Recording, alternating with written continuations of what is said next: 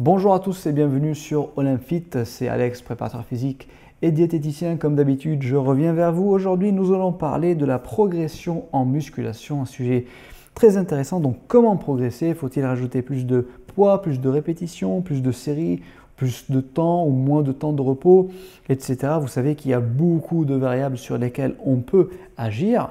C'est ce qui fait toute la complexité de ce sujet, surtout que ça va bien sûr aussi dépendre de l'individu et de ses caractéristiques spécifiques. Le but ici dans cette vidéo n'est pas de traiter ce sujet en long et en large, sinon ça risque de durer pendant des heures et des heures, donc nous allons faire plutôt simple et je vais partager avec vous, je vais vous donner une progression sur un cycle de 8 semaines qui est relativement efficace et plutôt facile à mettre en place. C'est ce que j'utilise personnellement avec beaucoup de mes clients et qui marche super bien pour, j'ai envie de dire, la plus grosse majorité des gens qui s'entraînent dans les salles de sport. C'est-à-dire des gens qui ont comme objectif principal la prise de masse musculaire et bien sûr aussi avec le développement de la force. Mais ici, je ne suis pas en train d'inclure le développement de la force pure ni de la puissance pure.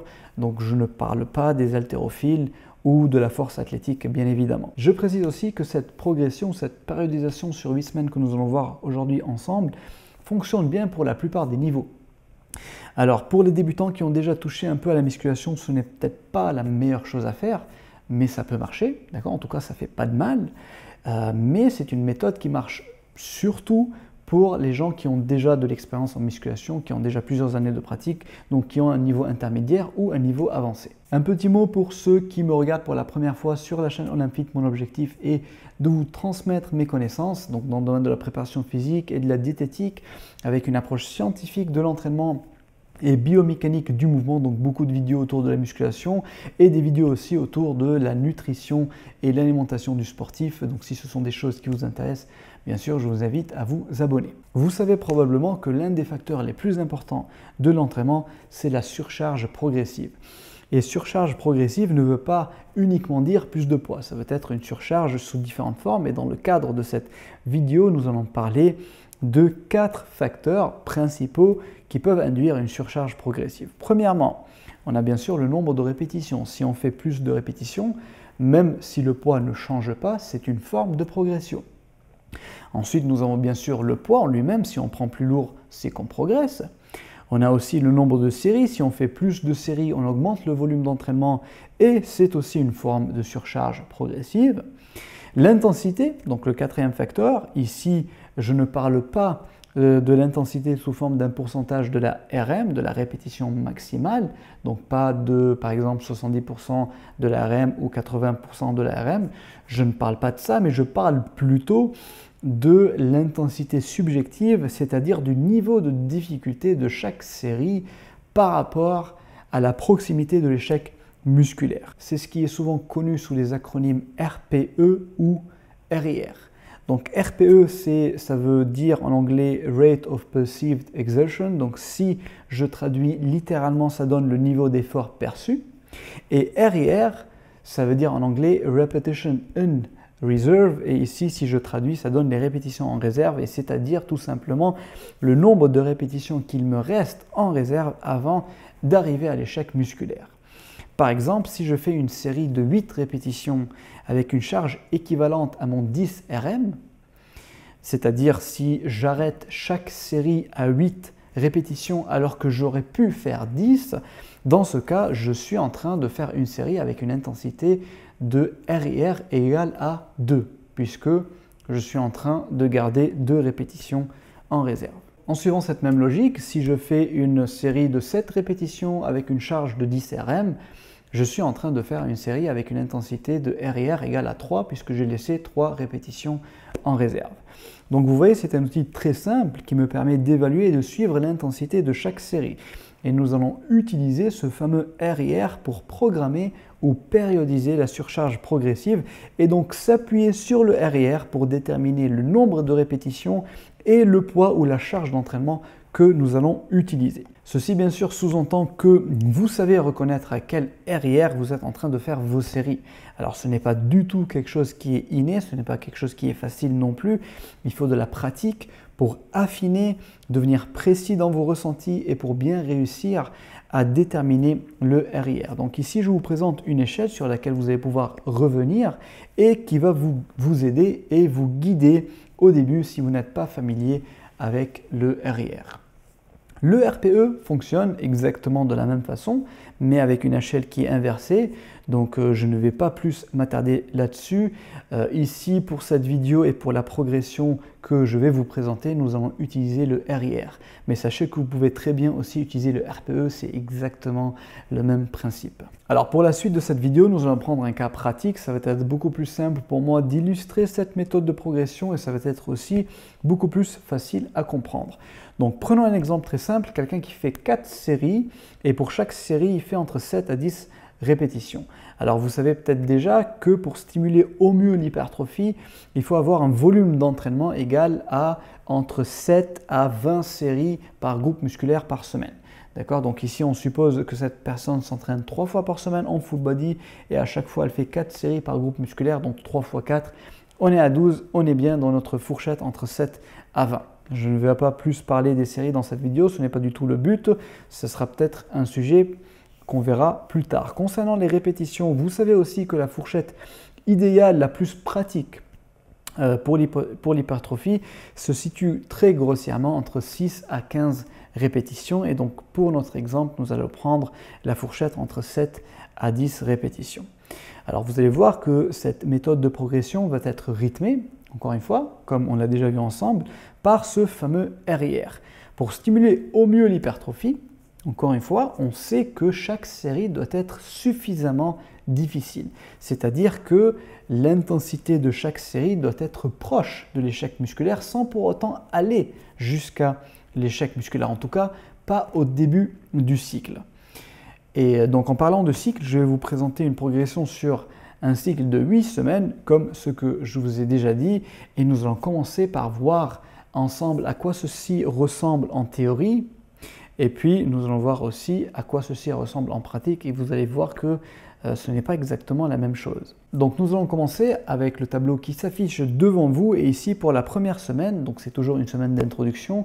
D'ailleurs, cette première semaine peut être prolongée aux 2 premières semaines d'un cycle d'entraînement où l'on apprend à découvrir le programme, à redécouvrir les exercices, à s'habituer au programme. Et ici, bien sûr, il faut utiliser des charges légères et rester très loin de l'échec musculaire.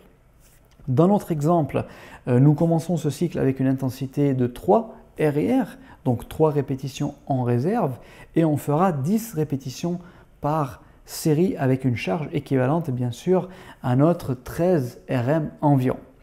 Donc bien sûr, 13 RM, parce qu'il faut arrêter chaque série à 3 répétitions de l'échec musculaire, ou plutôt de l'échec technique, hein, donc c'est-à-dire on arrête la série quand la technique commence à se détériorer, et vu qu'on va faire 10 répétitions par série et qu'on s'arrête à 3 répétitions de l'échec, automatiquement, la charge qu'on utilisera sera équivalente à peu près à notre 13 RM. Pour la deuxième semaine, on va augmenter un peu l'intensité tout en restant à 10 répétitions par série. Donc on va passer à un RIR égal à 2. Donc la charge sera un peu plus lourde que la semaine précédente et on arrêtera chaque série à 2 répétitions de l'échec technique. Donc on utilisera automatiquement une charge qui va être un peu plus lourde et donc équivalente à notre 12 RM pour cette deuxième semaine. Et ainsi de suite, pour les 3 semaines suivantes, on essaiera de garder toujours cette même intensité avec un RIR environ égal à 2, tout en augmentant un peu la charge de semaine en semaine et en diminuant les répétitions jusqu'à ce qu'on arrive à la valeur basse de notre fourchette, c'est-à-dire 7 répétitions par série. Alors ici, les choses commencent à devenir très intéressantes et il faut noter 2 choses très importantes. Premièrement, le plus important pour nous, c'est de respecter les répétitions en réserve. Donc ici, un RIR égal à 2. Et de respecter la deuxième chose, c'est de respecter aussi la fourchette de répétition. Et donc il ne faut pas ni sortir de la fourchette de répétition entre 7 et 10, ni pousser trop loin les séries et aller jusqu'à l'échec musculaire. C'est-à-dire que, et prenons comme exemple la semaine 4, on est supposé faire 8 répétitions avec un RIR égal à 2. Donc, grosso modo, la charge va être équivalente à notre 10 RM. Maintenant, écoutez bien, cette charge, ne va pas forcément être la même pour toutes les séries. Parce que de série en série, on va fatiguer, ce qui est tout à fait normal. Et si on décide de garder le même poids absolu pour toutes les séries, automatiquement, on ne pourra pas respecter un RIR égal à 2 puisque chaque série va être plus difficile que l'autre à cause de cette fatigue qui s'installe. Et donc, si le poids ne descend pas, il est très probable que la deuxième ou la troisième série, nous serons plus qu'à une répétition de l'échec au lieu de 2. Et qu'à la quatrième série, nous serons peut-être au véritable échec, alors que nous étions supposés rester à 2 répétitions de l'échec pour l'ensemble des 4 séries. Donc c'est un point qui est très important. La charge n'est pas obligatoirement la même pour toutes les séries. Le plus important, encore une fois, je l'ai déjà dit et je le répète, le plus important, c'est premièrement de respecter la progression du RIR de semaine en semaine et deuxièmement, de respecter et de rester dans la fourchette de répétition. Nous allons voir un peu plus tard qu'en pratique, les choses, bien sûr, ne sont pas aussi belles et aussi parfaites que dans ce tableau. Nous continuons dans notre progression et une fois qu'on a atteint donc la fourchette basse des répétitions, donc 7 répétitions pour notre exemple, on ne peut pas continuer à baisser les répétitions. Donc, si on veut continuer à progresser de semaine en semaine pour les semaines suivantes, on va être obligé de garder le même nombre de répétitions, mais cette fois-ci en augmentant l'intensité et en se rapprochant un peu plus de l'échec musculaire avec un RIR égal à 1 pour la 6e semaine, donc une répétition de l'échec technique, et pour la dernière semaine, nous allons pouvoir pousser jusqu'au véritable échec technique sur toutes les séries avant de prendre une semaine de récupération active qu'on appelle le deload. Alors pendant cette semaine, on essaie bien sûr de garder une intensité relativement élevée avec un RIR égal à 2, mais on va diviser le volume par 2. Donc on va diviser le nombre de séries qu'on fait par 2 pendant cette semaine de deload. Et donc en suivant ce schéma, et si tout se passe bien, en théorie, la progression sera linéaire tout au long de ce cycle d'entraînement et vous allez pouvoir vérifier si vous avez véritablement, réellement progressé en comparant vos perfs de cycle en cycle. C'est-à-dire que théoriquement, votre 10 RM du premier cycle va devenir votre 13 RM du cycle suivant. Donc vous aurez gagné 3 répétitions, ce qui est bien sûr une preuve de votre progression. Mais en réalité, les choses sont beaucoup plus complexes, bien sûr, que ceci, et dépendent de plein d'autres facteurs qui vont venir influencer et impacter positivement ou négativement votre performance. Comme par exemple la qualité de votre sommeil, votre alimentation, vos apports protidiques, la fête de la veille, la dispute avec le patron, le stress pour les examens quand vous êtes étudiant, etc., etc. Donc, en réalité, les choses vont plutôt ressembler à ceci. Et naturellement, donc, la progression ne sera pas parfaitement linéaire, mais il y aura des hauts et des bas. Et c'est tout à fait normal. Il faut cependant que la tendance générale reste bien sûr croissante. Si votre performance chute pendant 2 ou 3 semaines d'affilée, c'est qu'il y a quelque chose qui ne va pas et bien sûr dans ce cas-là, il va falloir chercher et corriger le facteur qui fait que vos performances chutent. Donc vous voyez qu'en général, malgré le fait qu'on a ces perturbations liées à notre environnement qui vont venir un peu impacter notre performance, qui ne sera pas bien sûr linéaire, il y a quand même des choses à respecter pour que cette méthode marche. Je le répète pour la 3e fois, le plus important ici, c'est bien sûr premièrement de respecter la progression du RIR de semaine en semaine et de respecter aussi la fourchette de répétition. Donc vous voyez que le RIR va quand même progresser de semaine en semaine. Donc on va commencer par un RIR égal à 3 ou 4 les 1 ou 2 premières semaines. Et ensuite on va essayer de rester le plus longtemps possible avec un RIR entre 1 et 2, de façon à travailler avec un stimulé optimal, c'est-à-dire proche de l'échec musculaire, mais sans aller jusqu'au véritable échec, sauf peut-être pour cette dernière semaine du cycle. Concernant la fourchette de répétition, bien sûr, vous pouvez travailler avec n'importe quelle fourchette qui vous convient et avec laquelle vous aimez bien travailler. Vous n'êtes pas obligé de faire entre 7 et 10. Vous pouvez très bien travailler entre 5 et 8 ou entre 12 et 15. La seule chose que je vous conseille, c'est de garder une fourchette avec au moins 3 chiffres de différence. Donc 7, 8, 9, 10, 5, 6, 7, 8, 12, 13, 14, 15. De cette façon, vous avez quand même une marge de manœuvre et vous allez pouvoir progresser sur le long terme. Donc voici pour ce petit exemple de progression, de périodisation sur 8 semaines.